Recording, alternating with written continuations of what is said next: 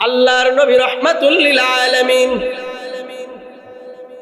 পুরা বীজগুলোকে হাতের মধ্যে নিলেন, আল্লাহর নাম নিয়ে বীজগুলো লাগাইতে শুরু করলেন।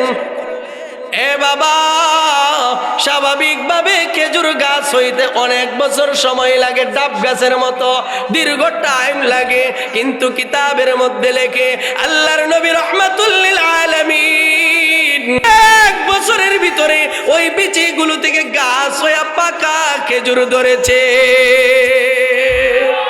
কার বরকত? নবীর হাতের বরকত। কি বলেন, ঠিক কি না? আবু জাহেলের নাম শুনছেন নি? বড় ফিসাব আছেন। এর মতো শয়তান কোন শয়তানও ছিল না।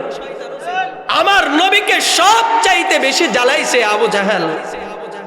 আবু জাহেল একদিন রাত্রিবেলা আইসা কয়, ভাতিজা আজকে একবারে খালেস নিয়তে আইছি। কি নিয়ত? যে ভাতিজা সারা জীবন তো তোমার কথা খালি বলছি আর মানছি না, আজকে তুমি আর আমি আর কেউ নাই। ভাতিজা দুনিয়াতে যত জাদুকর আছে সবার জাদু জমিনে চলে, আসমানে চলে না।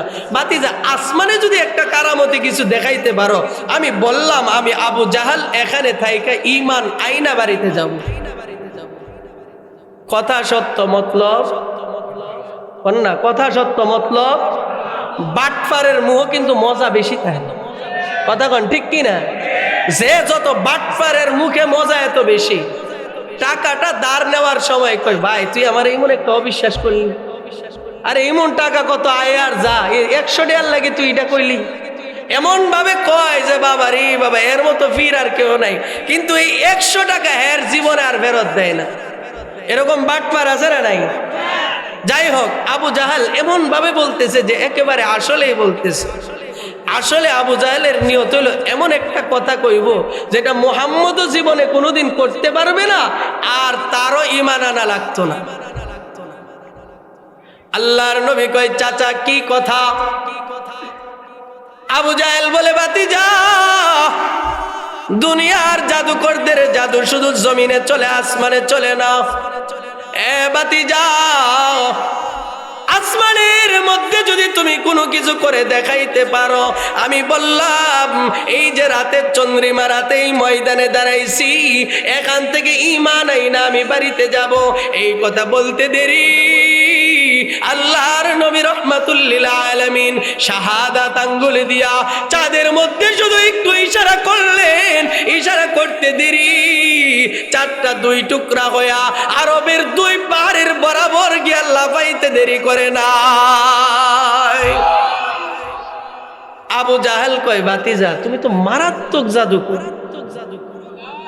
তুমি এমন জাদু করেছো, তোমার জাদু এখন আসমানেও চলে। নাউজুবিল্লাহ কইতেন না? আসলে নবী জাদুকর না, হের কপাল খারাপ। কথা কোন ঠিক কি ঠিক না? এ বাবা, উলামায়ে কেরামের কথা মানার শক্তি কিন্তু সবার হয় না। কিছু কিছু মানুষ কিন্তু জানে যে আলেমরা হক, এরপর আলেমরা রে খুঁচায়, কারণ হের কপাল খারাপ। কথা কোন ঠিক কি ঠিক না? এ বাবা, যারা আলেমদেরকে জেলখানায় বন্দী করে রেখেছিল, যারা আলেমদেরকে শহীদ করেছে, তারাও জানে আলেমরা সত্য, তারাও জানে আলেমরা কোনোদিন মানুষকে ঠকায় না, তারাও জানে আলেমরা কোনোদিন সুদ খায় না, তারাও জানে আলেমরা কোনোদিন ঘুষ খায় না, তারাও জানে আল্লামা মামুনুল হকের মাধ্যমে কোনোদিন রাষ্ট্রের সমাজের ক্ষতি হতে পারে না। এরপরও তারা আলেমদেরকে কষ্ট দেয়। এর একটাই কারণ, তারা জানে আলেমরা যদি সমাজে প্রতিষ্ঠিত হয়ে যায়, এই সমাজে চাঁদাবাজি, চুরি, টেন্ডারবাজি, রাহাজানি কোনোদিন চলবে না। কথা কোন ঠিক কিনা? এই জন্য তারা আলেমদেরকে দেখতে পারে না। ঠিক তদ্রুপ আবু জাহেল, সেও জানতো আমার নবী সত্য। কষ্ট হইতেছে আপনাদের? আবু জাহেল সেও জানতো আমার নবী সত্য, তারপরও মানতো না কেন? ক্ষমতা চলে যায়। কথা কোন ঠিক কি ঠিক না? বর্তমানে আলেমদেরকে যারা খুঁচায়, তারাও জানে আলেমরা সত্য, এরপরেও খুঁচাই কেন? ক্ষমতা চলে যাবে। বাবারে, তোমরা যে ক্ষমতার লোভ নিয়ে বসে আছো, উলামায়ে কেরাম তো ওই লোভ কোনোদিন করে না। যদি উলামায়ে কেরাম লোভ করতো, খোদার কসম করে বলি, সমালোচনার কয়জন করে? এতটুকু খোদার কসম করে বলতে পারি, বাংলাদেশের মানুষ নিজের সন্তানের চাইতো আলেমদেরকে বেশি ভালোবাসে। কথা কোন ঠিক কিনা? কোন নেতা মরলে দেশে মানুষ রোজা রাখছে? কোন নেতা জেলে গেলে মানুষ রোজা রাইখা দোয়া করছে? কিন্তু আমার মা, আমার নিজের মা আল্লামা সাইদি যখন জেলে গেছে, আমার মা লাগাতার রোজা রেখে রেখে দোয়া করেছে। এরকম হাজারো সন্তানের মা দোয়া করেছে, রোজা রেখে রেখে চোখের পানি ফেলে তাহাজ্জুদের নামাজ পড়ে দোয়া করেছে। এই দোয়ার পানি আল্লাহ বৃথা দেয় নাই, এই পানি তোমাকে বাঁচায়া ভারতে পাঠিয়ে দিয়েছে।